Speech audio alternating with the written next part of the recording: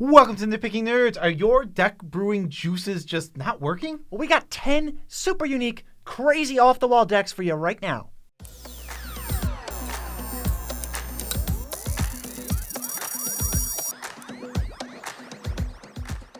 I'm your host, Joe Cherries. I'm your host, BZ, and that makes us the Nitpicking Nerds. Happy birthday to everyone whose B-Day falls on today. Because as you know, we make daily content, which is a birthday for everybody. If you want to support us and birthdays, it's just one link, patreon.com. Yes, and that takes you to the Nitpicking Nerds page, which is pretty cool. Other ways to support us include 2 links in the description. They're affiliate links. First one, tcgplayer.com. You go there, buy the Magic cards you were going to buy anyway, spend the same amount of money you were going to spend, but guess what? The Nerds, your favorite YouTube channel, is now being supported. That's pretty cool. Same thing is true for dragonshield.com. There's EU and US links in the description below.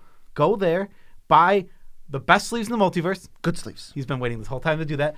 And you get the sleeves for the same price you were going to get them anyway. But guess what? You're supporting this YouTube channel. That's awesome. Let's hop into it. We know that brewing decks is not always the easiest thing ever. Sometimes things get stale and you're like, I'm sick of the same old decks. I don't want to play Corval. I don't want to play Chulane. I want some interesting shenanigans going on in the 99. And that's what this series is all about. So these 10 decks, totally, I would say, unique. Not going to see them every day or everywhere. Yeah, they're off the wall. They're trying to do something a little different. They're picking a theme and really going in on that theme to keep it from being, when you build a deck, it's tough not to gravitate towards the staples. But if you have a reason not to gravitate towards the staples, well, that'll make the deck a little more interesting. As they say, restriction breeds creativity. So let's get to the first one.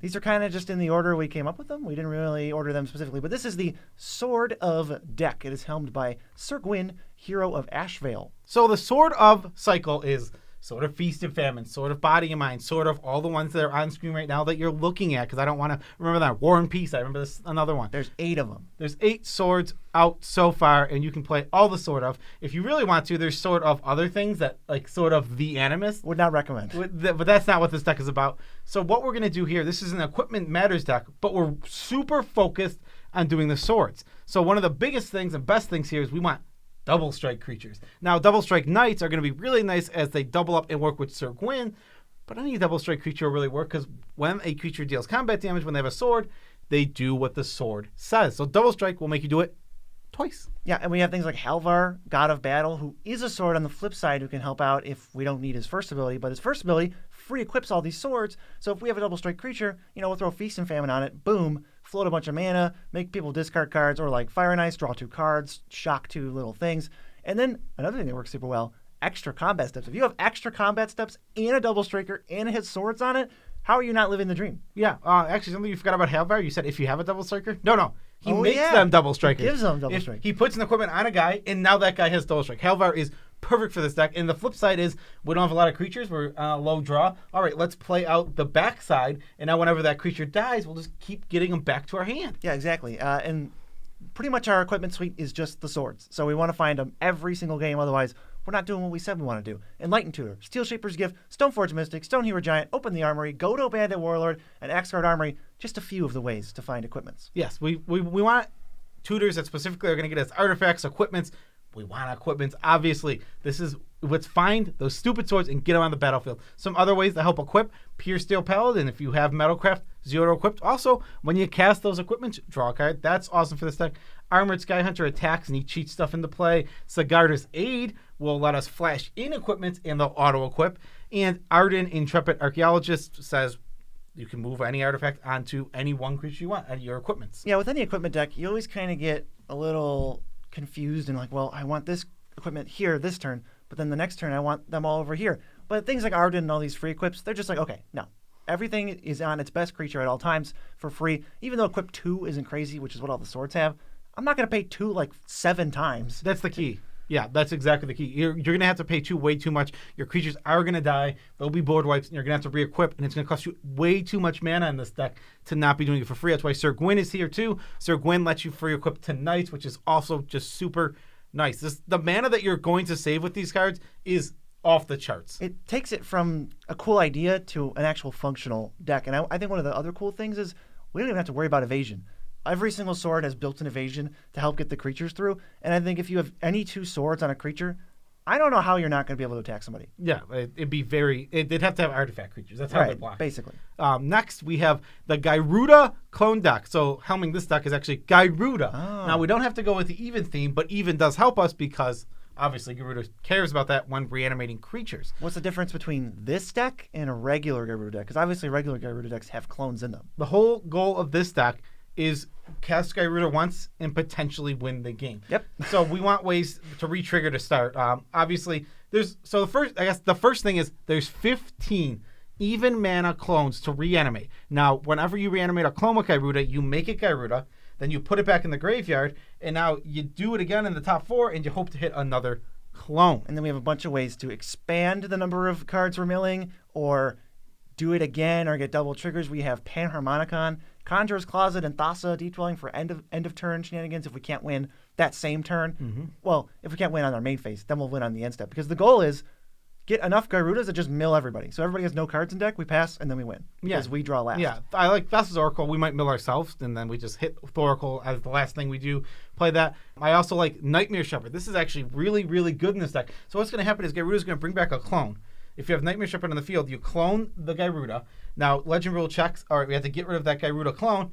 Okay, now Nightmare Shepherd will trigger. Bring it back to do another trigger. There's almost no chance you're not winning with 15 clones in your deck. Yeah, that's silly at that point. I like Deadeye Navigator. That's like the janky win con. If we somehow haven't won yet, then we can flicker Gyruda like for every 2 mana we have. Rite of Application, same thing. Blade of Selves, I think that's pretty lofty. This deck feels really combo-y. Like, it's like high power, so I don't know if combat is like what we're looking for, but I think maybe you could tune it back to be more as janky as you want, and then Blade of Selves is sick. Well, I think that you just want every way. So if the card isn't part of your combo, every card can just be without going into like, oh yeah, obviously if it's not part of your combo, it's just Demonic Tutor, it's Rhystic Study, it's the staples. But instead of going that way, what I did is I said, let's put in more janky ways to clone it. Blade of Selves, Helm of the Host, Strionic Resonator, copying the ability and doing it again. Yeah, and if you have Helm of the Host, that token isn't legendary, so if you start cloning that, you just get to keep your Gyrudas. Yeah, they get to keep those 6/6 guys. 2 other ways, actually, if we have Sir Conrad or Dreadhound as we start doing this chain, we're just going to kill everybody. It is over. Yeah. You only need, Sir Conrad and Gyruda is 16 cards get milled. All the creatures count for that much damage to every opponent. So if you mill 7 out of 16, that's 70 to 21 damage. Yeah, and it ends quick. Dreadhound actually has a nice upside in this deck randomly because it's even. We can reanimate it with Gyruda. And ETBs to mill 3, so it gets get the chain going. All right, deck number 3. I don't really have a snappy name for this deck, but I call it the Give Lands Abilities and Untap Them deck. And I think the best commander for this would be Garth One-Eye. We definitely want to be in Wooburg. We're going to need a lot of stuff. What we're going to do is we're going to play some lands. Maybe they have abilities, or maybe we're going to give them abilities with auras, and then we're just going to use creatures and all this different other stuff to untap them and use it over and over and basically win with lands. Yeah, I think the first thing we can start with these, there's a lot of ways to untap lands. It's just going to be the best one. I guess I just want to go over the best one because there's a million creatures that say like Voyaging Satyr and your Kiora's Followers. Those are simple. But the one that like Candelabra, which is really expensive, and Magus the Candelabra, they're both actually cards those are the best 2 ones. And there's a million more, but you can list them if you want. But I think you guys get it. If it says untap land, it's good in our deck. One of the cool ones I like, just to shout out from among the horde here, is Krosan Restorer. I didn't really know it existed, but if you have Threshold, it just untaps 3 lands, which is pretty sick. And then we also have Garruk Wildspeaker and Kiora as fun little like planeswalker versions of things that can do it every turn. So now we need the cool abilities, but once we get the cool abilities, we're going to use Manascape Refractor is going to be in the deck because it has all the activated abilities in the lands. Mm-hmm. And then this is like the trashiest common that has ever seen play. Urban Burgeoning, you know what that does? No, I don't. The enchanted land untaps every turn. So we can activate it 4 times as opposed to 1. Now, when I start running down these activated abilities we're going to give things. Please, go ahead. You go ahead and tell them what abilities our lands have. Yeah, we got Leaf Drake Roost. That's going to make the land be able to tap with some mana for a 2/2 flyer. There's Footfall Crater, which cycles, so it can't be that bad. And then it taps to give trample and haste to a creature. Sunken Field. This one I feel like is kind of sinister. The land taps to counterspell unless I pay 1. So if you have untappers or you just have this sitting in play, no one can play spells equal to their mana. That's probably really annoying. Noxious Field is actually a sweet one. The land taps to deal 1 damage to each creature and each player. How many times can we do that before the game's over? 2. Two. Okay. Yeah, there's also Squirrel Nest. That's just a classic one. Just build an army out of your lands. Well, there's also a classic combo. I mean, Earthcraft, which we put in the deck because it untaps lands, goes infinite with Squirrel's Nest. There's your win con. Underworld Connections. This card sucks, but if you can do it like 4 or 5 times, as many times as you want, it actually becomes like a good adjacent card. Chamber of Manipulations. I did not know this card existed. The land has tap, discard a card, gain control of a creature until end of turn. So we have other lands like maybe High Market sitting around, a sack island in play. It just discard a card, destroy a creature. Yeah, I guess what I want to say after that, you have all these. There's also there's a million cards from Urza Saga. So like the simple ones: Treachery, Snap, Peregrine Drake. Yeah. What is it? The Frantic Search. Yeah, all those cards. There's a million cards. There's way more than just that. Yeah. They come in and they untap lands. Those are going to make us. So we basically get to cast an extra spell because our lands are activating to be spells. Yep, and then last, there's a few other ones. Caustic Tar, the land taps to basically like bump in the night somebody. It just deals 3 to them. And then Spawning Grounds, the land taps to make a 5/5. Now we're talking. If we make 3 5/5s every turn, mid power, we're going to take people out. We're still not talking. This deck is This deck is sick. This deck, I think this is the worst one, but it's definitely a unique idea. I mean, if you are losing to Spawning Ground, Urban Burgeoning, whew, that's sweet. I think the next deck might have more ground, and it is the weirdest restriction. It is the real world deck. It's held by Kenrith, who is just a human. He's a king. Those exist. Those are real.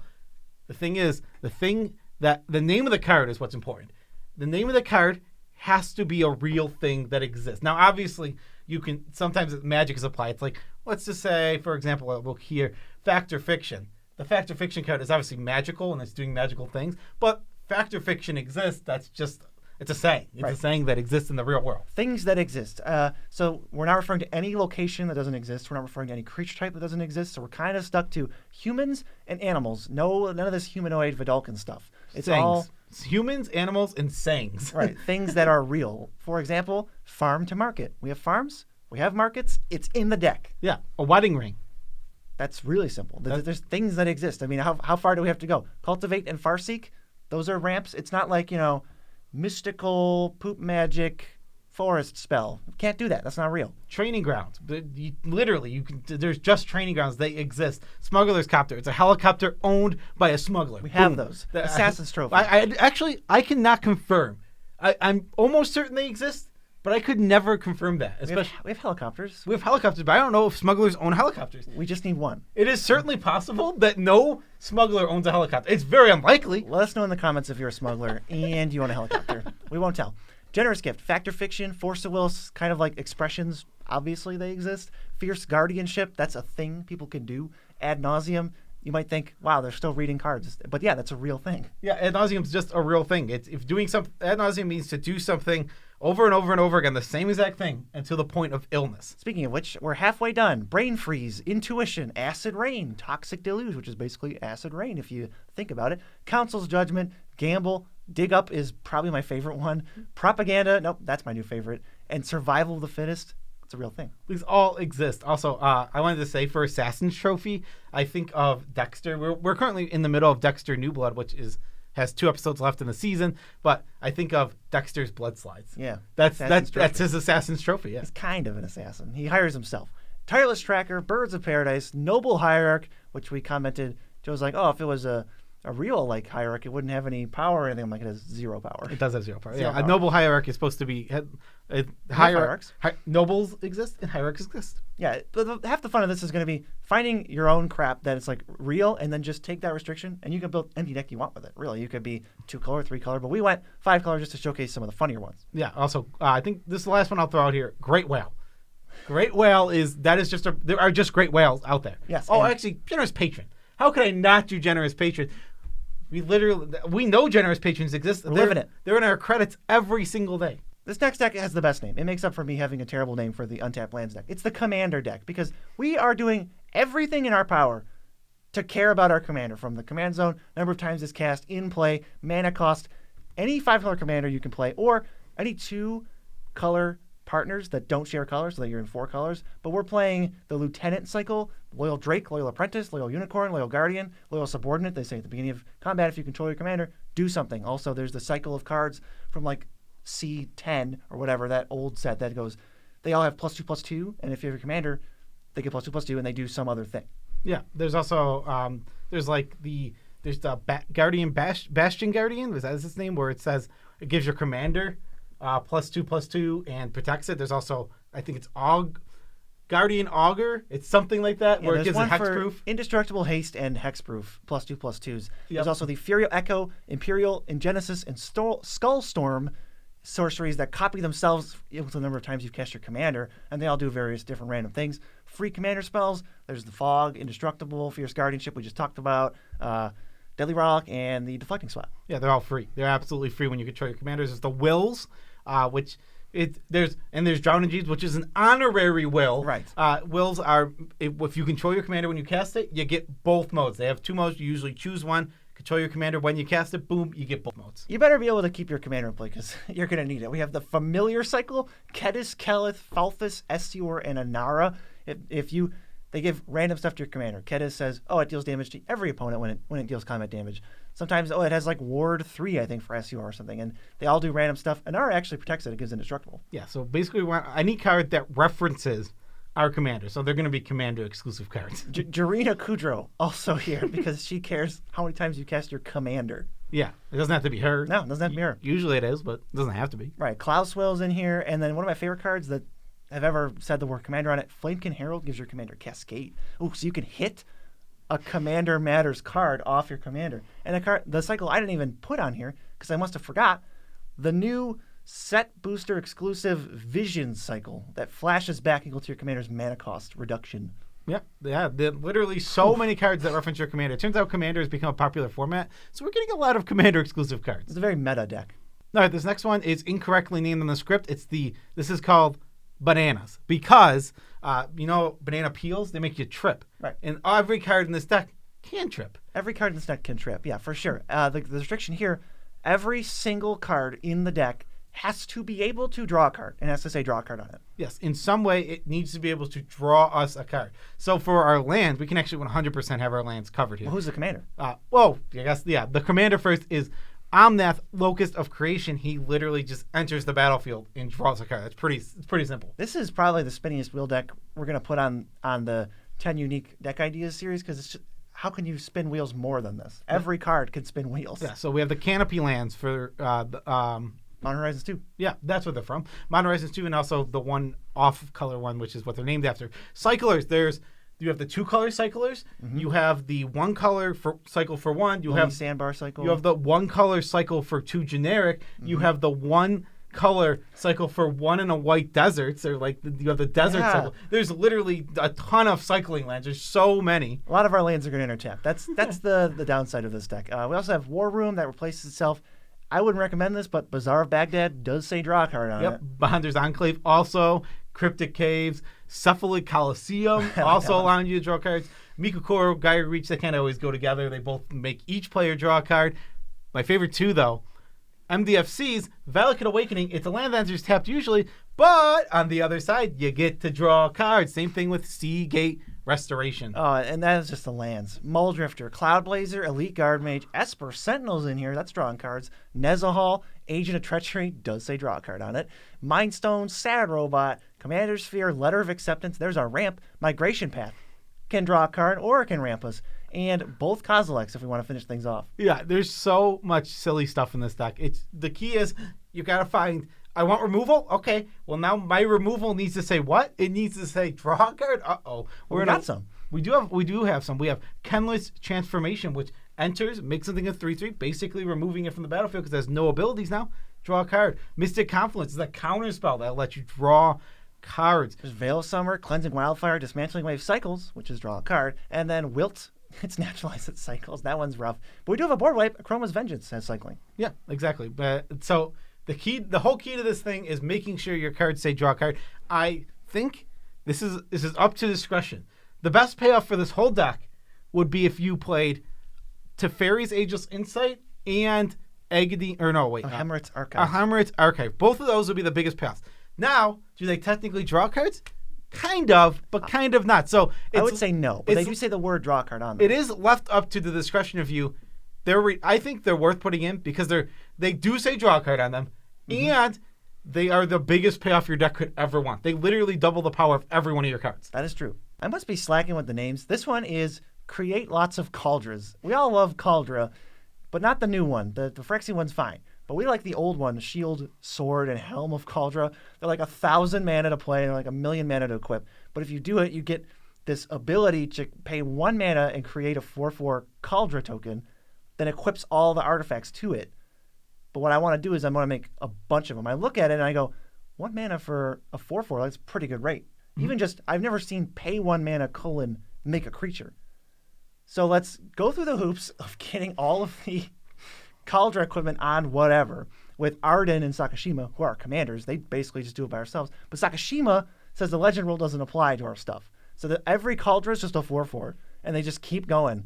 And then what we're going to do is pay it off with 1,000,000 different things. I mean, first of all, we have infinite creatures. I mean, the whole key is that you just have infinite creatures. You don't need to pay that off with anything. The whole point is we're going to make as many Kaldras as you can possibly think and then get rid of the legend rule. Like, we have, obviously, our commander Sakashima is going to do it, but there's also, what is it, Mirror Gallery? Mirror Gallery, That's going which to do the is same thing. actually on the script. Yeah, well, I'm wondering if I subliminally got you that one. No, I was saying that we're also going to have that within our deck to make sure we have Sakashima. She's so important to have on the battlefield that when the deck's not when it's not out there, we're not even doing anything because I can make 1 Kaldra. Oh, that's not good at all. Yeah, what saves this, I think, is the commanders that can auto-equip and get rid of the legend rule. Because without it, if our commander was just some random thing like Bruna, what are we supposed to do? This deck doesn't work. But it does function with all of these. And then once you are paying 1 to make a Kaldra, you have things like Suture Priest, where now you can pay 1 mana to gain a life if you don't have the combo going. Mace of the Valiant, I also like. It makes even going to make infinite pumps, basically, because we're going to use Ashnod's Altar to turn the several Kaldras we make into infinite Kaldras. Every Kaldra is worth 2 Kaldras. Yeah, every Kaldra you make makes 2 Kaldras. The Kaldra Factory. That should be the deck name. Kaldra Factory? Yeah. Yeah, that is really funny. I actually enjoy that. Kindred Discovery. What creature... Can you tell me what creature type Kaldra is? It's like a construct or an avatar or something. I have no clue, and I need to look right now. It is a colorless avatar creature token. And for flavor, I'm putting Kaldra Complete in here. If you think I'm not putting that in here, you're wrong. We can put Kaldra Complete on one of our many Kaldras. I think that has got to be one of the coolest, at least elevator pitches of, I'm attacking you with 10 Kaldras. Here comes all the Kaldras. I mean, Kaldra's an avatar. I don't even know what Kaldra actually is. I have no idea. Prepare for Flavortown, Spiceville, because this is the Boros Mountains deck. There's a lot of cards that say mountains on them. Spoiler alert, most of them suck, but I kind of think I found a way to tie a lot of them in together in the same deck. So our commanders are going to be Rogrock, Son of Roga, and Bruce Tarl. Doesn't matter a ton what our commanders are, but I think this is a good choice, which we'll get to later. So obviously, if we're thinking mountains matter, this is a heavy red deck. Spoiler alert, we're going to be leaning hard on Plateau and Sacred Foundry because we want all mountains. So we're going to play Valakut, and we're going to try to Vesuva it, and that's going to be the mana-based strategy of like, all right, well, we can try. We have Expedition Map. We have plenty of ways to go get Valakut and make sure that's happening every game. But there's also a million other mountain payoffs. Yeah, like Koth of the Hammer. You want to get to his ultimate, right? That's where he gets the ability. Yeah, he rituals for your mountains, and then the ultimate is what you want. It's a mountain's ping. Yeah, you make your mountains all ping, and if you have 10 mountains, you're just going to win the game because you get an emblem that says you have that. Yeah, that's my goal with that. He can untap something, but that's not as good as mountain pingers. The worst thing he does is put your mountains in danger. But we have Ben Aki Hermit who taps. But if you have untapped mountains, he's going to ping off attackers and ward off some of the aggression. And that is a Mountains Matter card. It's not even that bad. Claws of Valakut and Granite Grip. Auras that give your creature +X/+O, where X is the number of mountains you control. Now, if you have 10 mountains and we're throwing it on Bruce Tarl or Rogok, who have double strike thanks to Bruce Tarl and lifelink, we could actually commander kill people because of our mountains. And I think that kind of makes this deck functional and like I see a path to victory versus just complete literal jank. It is very much janky, but yeah, it is a way to win. It gives this deck, rather than just being, a pile of cards that say the word mountain, a way to potentially kill a player at least. And there's Downhill Charge, which gives a creature +X/+O, where X is your mountains, but it's an instant, and you can sacrifice a mountain instead of paying its cost. So out of nowhere, they can go like, all right, Bruce Tarl, give Rogrock double strike, attack for 0. And you're like, well, you must be joking. It's like, you're dead. Yeah, +11. I'm looking at the script. This is one of the decks BZ worked on. I don't know what any of these cards do. That's because nobody plays the Mountains Matters cards. So there's a few other ones. Spire Barrage can dome a player equal to the number of mountains we control, but it's 5 mana. So I would save that for when you got like 12 or 13 mountains. Jaws of Stone is the same thing, but it divides the damage, so we're getting some mountain payoffs. And then Spawn of Thraxus is like borderline playable. It's a big dragon that enters and then domes a target equal to your mountains.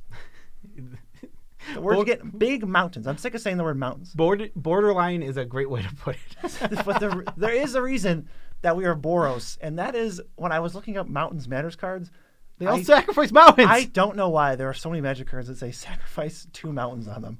Because you go try to find any other basic land that gets sacrificed, not that much. It never happens. So we have things like Landslide, Firecat Blitz, Ib Halfheart, Goblin Tactician, Fire Blast, and Pulverize.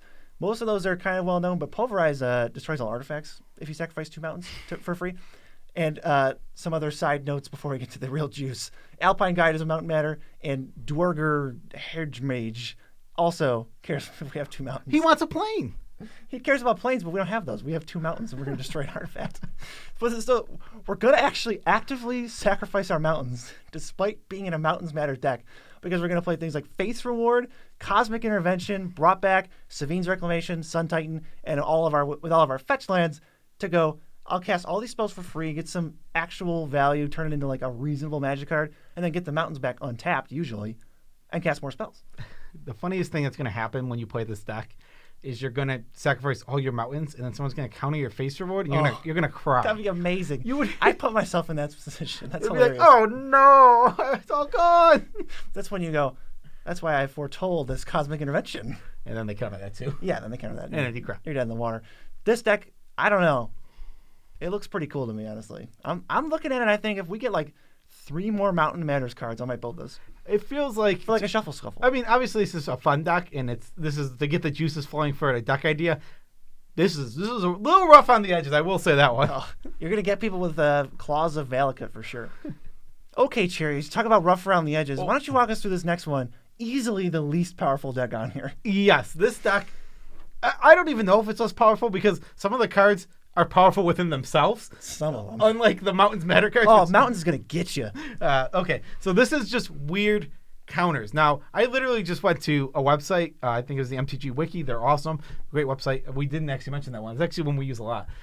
MTG Wiki, and I looked up the weirdest counters. And this deck is all about proliferating those weird counters. With Atraxa. With Atraxa, who is going to be at the helm of this deck. The counters are so stupid. So we got Chitter Splitter. This just Acorn counters. Let's just pick out some of our favorites because there's so many on here. Which one of your favorites on here? Oh man, I really like the Aegis counter. I know there's a manifestation counter on one of the inspired cards. The manifestation counter has no meaning at all. It just is used for the player to identify that the creature is now an enchantment. But guess what? We're gonna really let you know that the same thing with Ghost Form counter. It doesn't actually do anything. Yeah, it's just a reminder. Sadly, that can't be here. No, we have black. It can't be here. It is in here. It is in here. Yeah. I was thinking we were Omnath, but no, we're Atraxa. Yeah, maybe some of these. I might have put a red card on here by accident. All Hallows Eve though, Scream counters, Vow counters, Winch counters, Rust counters. What is a winch? It's like a little machine, right? Like you can. I think it's like close to a simple machine. That's my best guess. I was laughing because I'm like, I don't know what a winch is. This is the Mercadian lift. It's like their little a lift for like a skiing I think lift. it's part of that. A winch is like some part of the pulley system, maybe. Hunger counters, that's a good one. Fasting. Eyeball counters, we're going to get a lot of those. And some of these cards are actually going to do something. Yeah, it's just the whole point is that these are silly named counters, and they are all over the. Money Changer gives you a credit counter. I mean, it's just all about being silly. This deck is not intended to win games. It's intended just to be fun and out there. Actually, do you know what smokestacks counters are? Soot. Soot counters. I love that they're soot. It's so random. That one actually does want you to proliferate it. I think Corrosion can't go in this deck. I think it's red. Yeah, it is. But regardless, it makes Rust counters, which is hilarious. Yeah. We've already arrived at the last unique deck. This one, I think, is more of a suite of several cards you could plug into almost any deck and then get a way different play experience, but it's the play open cards. Make sure that there's a lot of revealed information. We're going to reveal everybody's hands. We're going to reveal the top card of their libraries. We got Lantern of Insight and all that stuff. Everything's just going to be known. And then when you're playing Commander and everything's known, a lot of stuff starts happening differently. Yeah, the threat is known at all times when all information is known. So once we know everyone's hands using, what do we use? Telepathy. Mm-hmm. That's the easiest one. That literally says everybody plays with their hands open. Simple as can be. Gift Probe's going to let us look at one player's hand. Though I will say, if I knew that player's deck's whole plan was to get the information out, I'm not showing the other players. I'm going to show him, and like usually we just go, let's just show everybody. It's just easier. But like it's like no, you know. There you Why go. don't you tell? Yeah, there's also a green world enchantment that has the same text as telepathy. It's like so weird. It doesn't really matter who the commander is. Go crazy. Something Espery, because all these cards I think fall under Esper or Esper plus green. Isperia the Inscrutable, once you know their hand, you hit them and you name a card in their hand, then you get to go tutor a creature with flying. Yeah, it's super random. The card is so weird. Yeah, and you might go tutor Wandering Eye, which is a 3-mana 1/3 flyer that says players play with their hands revealed. Cabal Therapy is a sick one. You're going to snipe somebody. It's really take not. the best cards that all of your opponents have. It's Thoughtseize. It's double Thoughtseize, guaranteed to hit. You're going to really piss somebody off with that. It's so bad. How mad would you be? It's funny because Cabal Therapy is just worse than Thoughtseize almost overall, like in Commander, because you can't get double hits. You can't have two of the same card in your hand, making it way worse. Like that's where the strength comes from in like a Legacy format. So this is just like a bad Thoughtseize, but it's hilarious because we have the information. We're gonna get them. One of the best play with hands revealed cards is Zur's Weirding. Everybody plays with their hands revealed, and if somebody would draw a card, anyone can pay 2 life to stop them. Otherwise, they draw a card. All right. No one's going to be drawing anything. Like that's too big of a threat. I'll pay 2 life. I'll pay 2 life. What a weird card, though. That would warp the entire game. Speaking of, okay, here's an actual payoff for having everybody's hands revealed too. Once you know everybody's opponent's hand, you know the best hand, and you can play Word of Command when they're tapped out. Take all their cards. Oh, BZ, please tell me exactly what Word of Command does. Look at target opponent's hand and choose a card from it. You control that player until Word of Command finishes resolving. The player plays the card of Able. While doing so, the player can activate mana abilities only if they're from lands that player controls, and only if mana produced is spent to activate other mana abilities of lands the player controls, and or to play that card. If the chosen card is cast and is a spell, you control the player while the spell is resolving. So we get to take the best card for Word of Command from our opponents. It basically says you can't tap them out of mana, but you control them. And it's like 7 sentences. It has to be worded that way because the card is... It's just a card they would never, ever reprint or make again because it's not logical. It doesn't make sense. And it doesn't... In order for it to work the way they want it to, it needs 17 lines. Yes. Withering Gaze is another weird one. There's also a red version, but this is like target opponent reveals their hand and you draw a card for each green card and forest in it. So if you have one of those players who's playing red or green, you can hit them and make sure they have enough so that your spell doesn't fizzle. So you can draw cards. Oh god, these decks they're really rough. But the whole idea of this whole video, obviously, is not to like break the format, make a brand new deck that you're gonna be like, I win every game. It's to have fun. It's to get the ideas going in your head. And even the whole even if you don't want to build any of these decks, maybe the idea of like playing with their hands open. Some card you've never seen before from this video. Sparks an idea. That's what we're here for. Exactly. We're having fun and we're coming up with janky ideas. None of these are... I will say, all these decks are not good. They're not like... You can't make powerful. them like a power level 8. I think they can win games and they can be functional for sure. For sure. But are they great? No, but that's not always what Commander's about. And I will add as a little addendum to the play open, you can... repeatedly reset everybody's hands that they're revealing with wheels so that the game takes forever. That sounds fun. Then you all die of old age. Doesn't sound fun. I'm lying. But that is our video. Special shoutouts to all of our patrons. Love you guys all as much as we can without making you uncomfortable. This has been a great month. You guys have been going to Patreon. Very much support. Seriously. Because I love birthdays. Thank you from the bottom of our hearts. We cannot thank you guys enough. You guys literally, you let us live our dream and sit in front of this camera and tell you about the weird counters deck. I'll tell you about the soot counters. Soot counters, or rust counters, or winch. I still don't know what a winch is. I'll have to look it up after this. If you want credit counters with the Nitpicking Nerds, you can go to tcgplayer.com. It's the affiliate link. You buy the cards through the link, navigate, check out, and then we get a kickback on the order. Same is true of Dragon Shield, the best sleeves in the multiverse. I believe both of those... Oh, good sleeves. Yeah. I believe both of those say...